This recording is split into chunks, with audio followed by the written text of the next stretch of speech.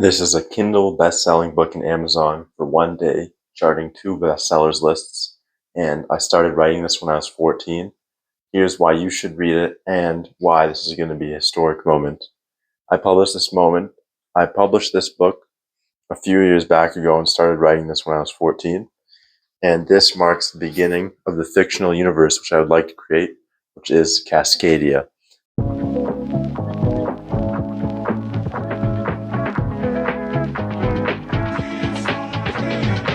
Now, in Cascadia, think of it as something similar to the Marvel Cinematic Universe, where I want everything to be interconnected so that through each other release, then we can have Easter eggs and all of that coming in. There's already Easter eggs in this book for books to come, and so on. So, yeah, I'll just go ahead. I'll start off by just reading the first 2 chapters for you so you can see what it's about. Sci-fi romance, think Back to the Future, Terminator, Star Trek.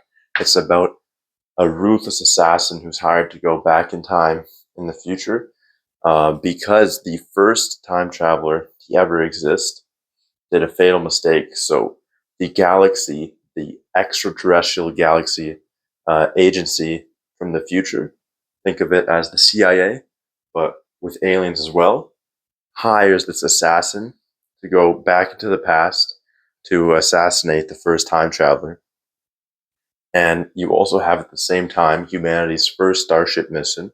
And not to get into any spoilers, but they're trying to discover a new radio wave. And in this first starship, they're traveling towards this planet or whatever it is to discover what this is.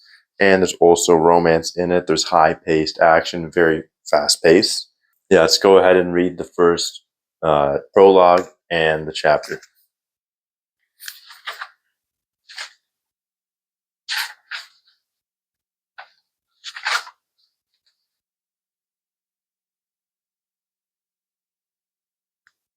It was not his intention to create chaos, yet the timeline was destined for destruction. When Tempest, the protector of time, traveled to the past, he would have never anticipated the chain reaction he would set off. Countless realities, known as chambers, were brought into existence as he changed the history of time. To this moment, they continued to multiply exponentially, and the universe found itself at risk of collapsing. It would be challenging to fix this, and the agency knew this. After all, it was their responsibility to protect the galaxies.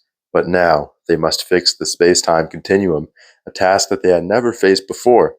They vowed to take any means necessary, even if that entailed hiring the most ruthless assassin to ever soar the galaxies. It was the year 2450, and the sole source of light shimmered from atop the smooth oval table, yet it proved challenging for the 2 men to see clearly. The assassin, a young man wearing a black cloak, had demonic red eyes that would send a shiver down anyone's spine. He had a thumb-long scar perpendicular to his right eye. He sat on an electric chair with his hands and feet tied down. The director sat at the opposite end of the table. He was an old, wrinkled, and balding man who wore a fashionable suit.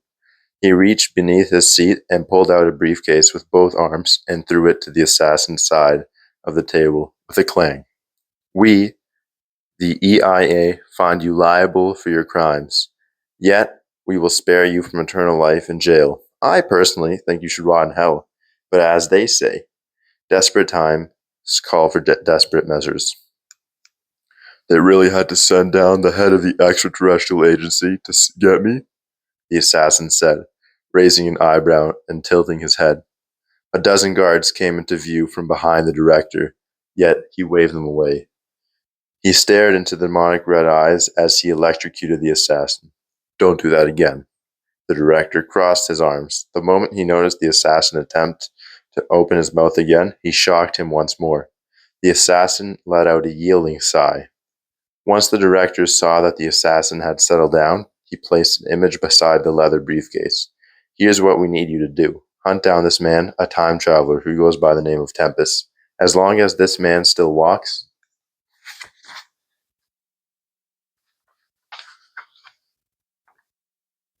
the space-time continuum lies at risk of collapsing. You must act fast. Bring me back to my home. Bring me back to Harold, the assassin said.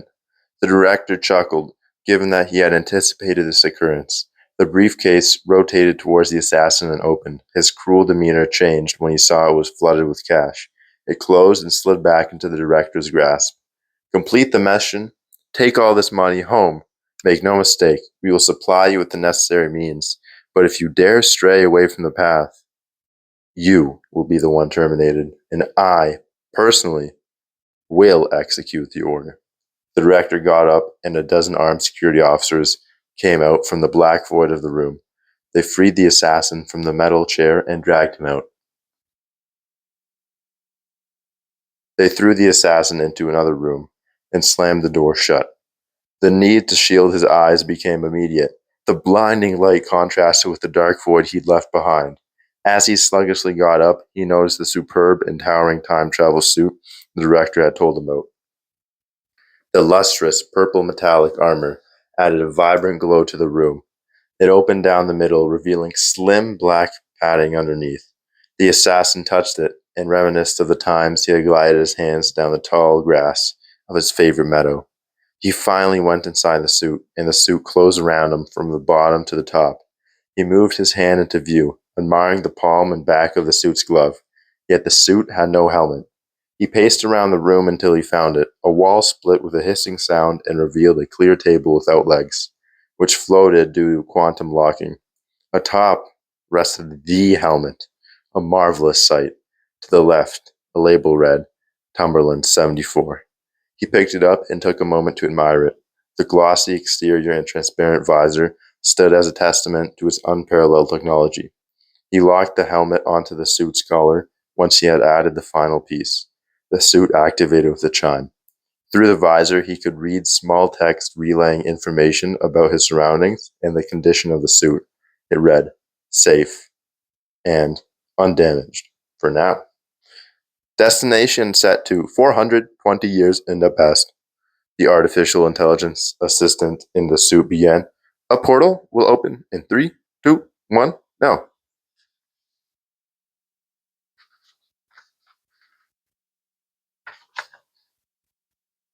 A burst of energy exploded behind the assassin. It started as a palm-sized, pitch-black bundle displaying the stars that lay on the other side. Purple sparks grew and consumed the black, rapidly rotated around the edge of the space portal as it grew to its full size. He walked around the portal to see how it had appeared. He saw nothing behind it. To enter, turn your back to the portal and activate your hand thrusters to full power, said the suit's AI. He did so by spreading out his fingers, but one of the thrusters malfunctioned and would not turn on. He fell to the floor and blasted backwards towards the portal. The noise of the suit scraping along the floor was deafening. The suit beeped aggressively as the AI system spoke, relaying the gradual deterioration of the armor and counting down as the condition dropped below 80%. As this happened, the view of what lay behind the portal rapidly changed, displaying countless unique destinations in a few seconds. He was blasted through, still being propelled by only one of his palm thrusters. The assassin soon found himself hurtling towards the planet's surface, the cool air rushing by him. He gulped as his altitude rapidly decreased. If his other thruster did not activate soon, he would be gone for good from the inevitable impact of the ever-approaching ground. Altitude 200 meters, said the suit's AI. He turned off the active thruster by closing his hand into a fist. He opened and closed both hands angrily as he plummeted through the sky. 50 meters, the suit AI said. At the last moment, he managed to turn on both thrusters. His face was millimeters from the ground before he regained balance and flew back upright. Unfazed by this near-death experience, he propelled himself back into the sky, and the planet receded below him. What the hell happened? He said, once he finally regained control of the suit. Please refrain from vulgar language, the AI replied. We appear to be in the wrong chamber. This is not the prime chamber. Huh? What happened? Answer the question. We teleported to a different reality, which exists only because of the changes Tempest has made to time. Could have said that, he cussed under his mouth. If he didn't complete this mission, space-time itself could collapse and cease to exist. And if that happened, the universe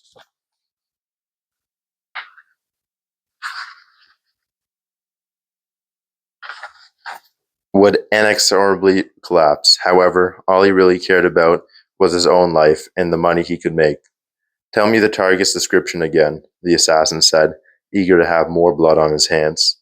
The suit's visor displayed an image of a human, a tall, white male with blond hair and blue eyes. With a deep breath, he activated the portal again. Once it enlarged to its full size behind him, he blasted into it with both thrusters, determined to take out his target. He then found himself on a rooftop on a rainy night. The portal had already closed behind him. He scoured the area for his target. He saw two humans below, one of whom matched the description the suit's AI had given him. His demonic red eyes locked onto the target, and he moved to the edge of the roof to get into position to take a shot. He was willing to do whatever it took to terminate this unsuspecting target. He didn't care that the man didn't have any time travel abilities yet. He also did not care that at this point in time, Tepes was merely an unassuming human and had done nothing wrong yet. "Give me your best job for the gun," the assassin said to the AI. A quantum sniper rifle materialized out of thin air and fell into his grasp. His eyes widened, and he formed a smile. For the first time in his life, he admired the bulky gun. It felt heavy, yet he wielded it with ease. Without apprehension, he aimed and pressed his finger on the trigger. That's the prologue. Now, if you click the link down below, you can also see that Amazon allows you to view the first 2 chapters for free. And so, yes, the purpose of this universe which I'm creating is because I aspire to be one of the greatest science fiction writers of all time, but I have to admit my writing is flawed. So that's why I'm curious what you guys have to say about the book, because I want to take in every piece of advice, every criticism, because that will truly help me improve if I want to go about that goal. Yeah, and I'd like to give a huge shout out to Mike's Books Reviews. I'd like to give a huge shout out to Griftkin. I'd like to give out a huge shout out to Bards and Books. And most importantly, I'd like to give a huge shout out to Talking Story, who really helped me along this process when I first started writing this. Cold emailed a bunch of different booktubers, and those were some of the ones who provided the most help. And I truly couldn't have done it without them or my family. My mom was really supportive, my dad, my brother. Yeah, truly a great community. I plan to write more books in this series. Make sure to subscribe because I'll also be posting these short pieces I write, because I personally dislike how expensive everything is becoming today. If you go to Indigo, books cost $20 to $30. That's why I priced my book as low as I can, while still making it as substantial, or as low as I can while still making a tiny profit, at only $8.99, an ebook $5. And that's why also the short stuff is going to be free, because my vision is to make reading more accessible and more prevalent within today's society, because nowadays not enough people are reading, especially in my generation. They've lost the love for it. So that's why it took me, actually most of the time, it took 2 years to write the prologue, because I wanted to perfect it to make as engaging the short attention spans that we have. Yeah, and also make sure to smash that subscribe button. You're going to see more content like this on the channel. And when we hit 1,000 subscribers, I'll be releasing this hat to the public to be on your head. And yeah, I plan to continue writing. Currently writing the next book in the universe. It's going to be the start of a trilogy. And the estimated release date for that is 2028. Until then, I'll be providing you guys with the other short pieces of fiction I've wrote, where mostly everything I write will take place in this universe. So if that's something you want to see, science fiction, some romance, make sure to go check it out. Let me know what you guys think down below, because I truly want to hear your opinions and your thoughts. Thank you very much. Godspeed. And also, let me know if you'd like to see more content like this. I'm thinking maybe post a video reading all the book reviews I've gotten, all the negative reviews, all the positive reviews. or also simply from an author perspective. Maybe if you'd like a video explaining how I got it to be best selling in one day, because you can do this too. Yeah. So there's still a long way to improve, and it can only be done with you guys. So thank you so much. Have a wonderful day. Thank you so much for watching.